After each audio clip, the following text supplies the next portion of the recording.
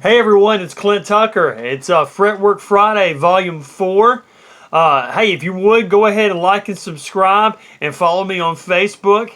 And go to cwtucker.com and book a lesson with me. Hey, thanks for checking this out. And I wanted to share with you another version of the routine that I do every day.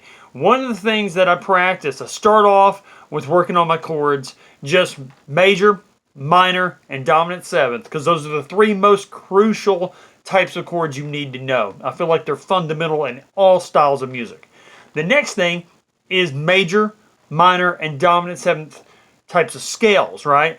So what we're doing today is we're going to be doing the major scale, and I'm going to do it in the 5 crucial shapes of C, so you can have an idea how I practice this and how you could practice it if you want to.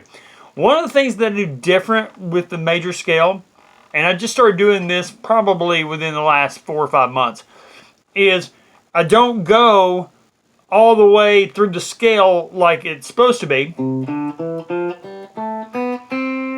because that's fine, but it doesn't give me a starting point to get into a lick or a different type of sequence. So what I do is I'll go C, D, E, F, G, A, B, D, C. Now by doing that 7 to 9 to 1 move, I allow myself to get into other, different kinds of sequences and different kinds of licks, just because I gave myself that extra note to work with.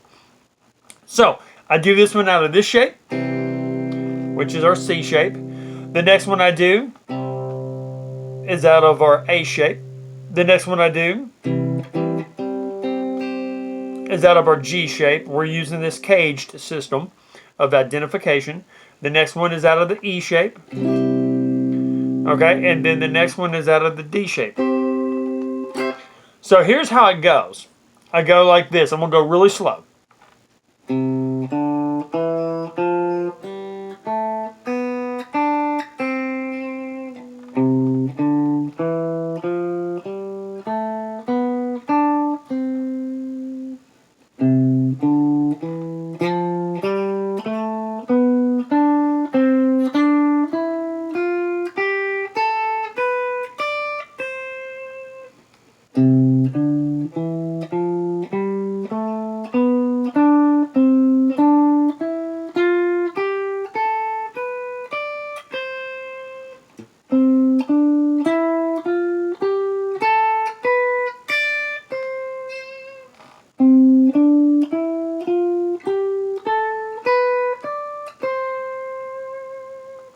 Okay, so I just went through all 5 of those shapes. Now notice, on this one, I went through 1 octave.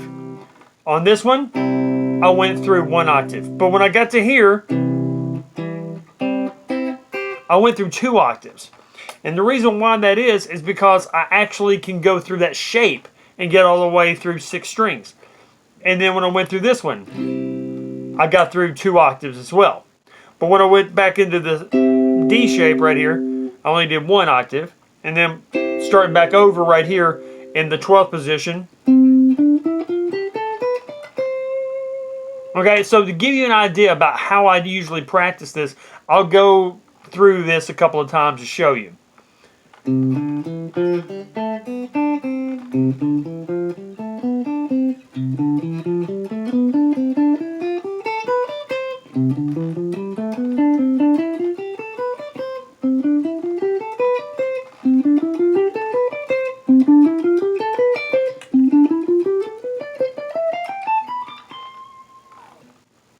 All right, and then maybe a little faster.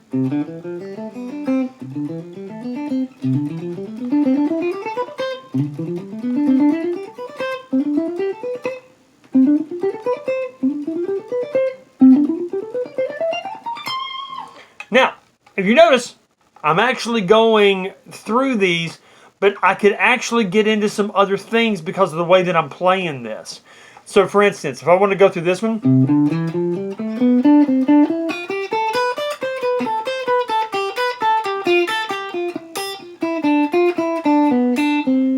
I can get into that sequence way better than just going.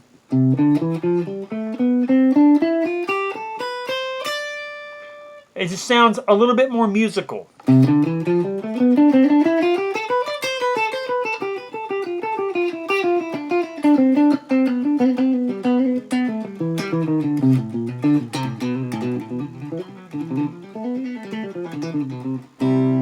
can get into a lot of different things. Now, I'm completely messing around right there, so forgive me for any wrong notes.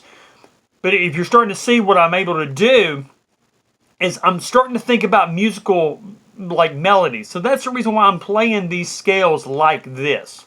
All right, so the first one, out of that C shape.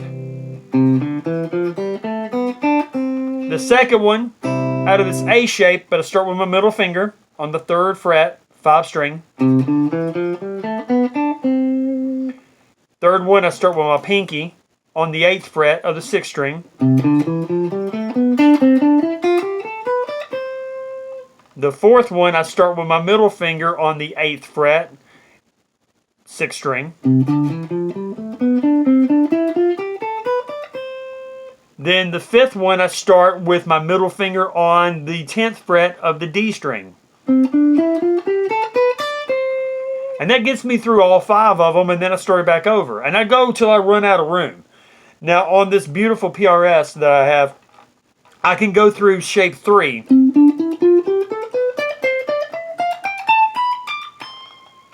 And I can get all the way through there, which I've got 22 frets. But some people might only have 21, so you might not be able to get there. Go as comfortable as you can go. Go as high and as comfortable as you can be, but don't try to, do anything that's putting you in a weird situation to where you feel like you're never going to get it, because then you create some kind of mental block when you start getting into this area.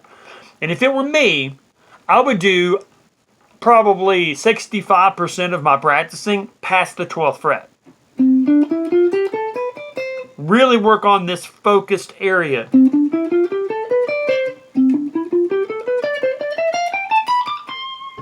That way you can really start to make sure you know your fretboard really well in this area.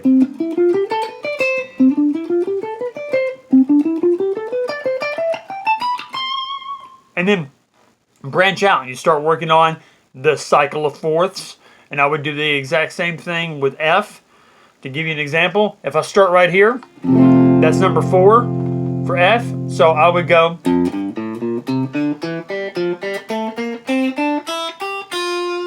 Then my next one would be number 5. So I'd start with my middle finger right here on the D string, which puts me into the first shape right here. So pinky, starting on the A string, 8th fret. Then I would go second shape with the middle finger on the A string, 8th fret. Then I get to my next one right here, 13th fret, E string. And so on. I would keep working. Then I go to B flat, E flat, A flat, D flat, then F sharp, B, E, A, D, G, back to C. Now this is the second layer of the routine that I do every morning at around 5:30. So I hope you guys got something out of this. If you want to, leave a comment. If you're having any issues, send me a message on YouTube or Facebook if you want to. If you want to dive deeper and you want to book a training session with me. But either way, thank you so much for checking this out. Like and subscribe. Follow me on Facebook. And this is Clint Tucker. And this was Fretwork Friday, Volume 4, the major scale. Y'all have a blessed day and be safe. I'll talk to you soon. Bye.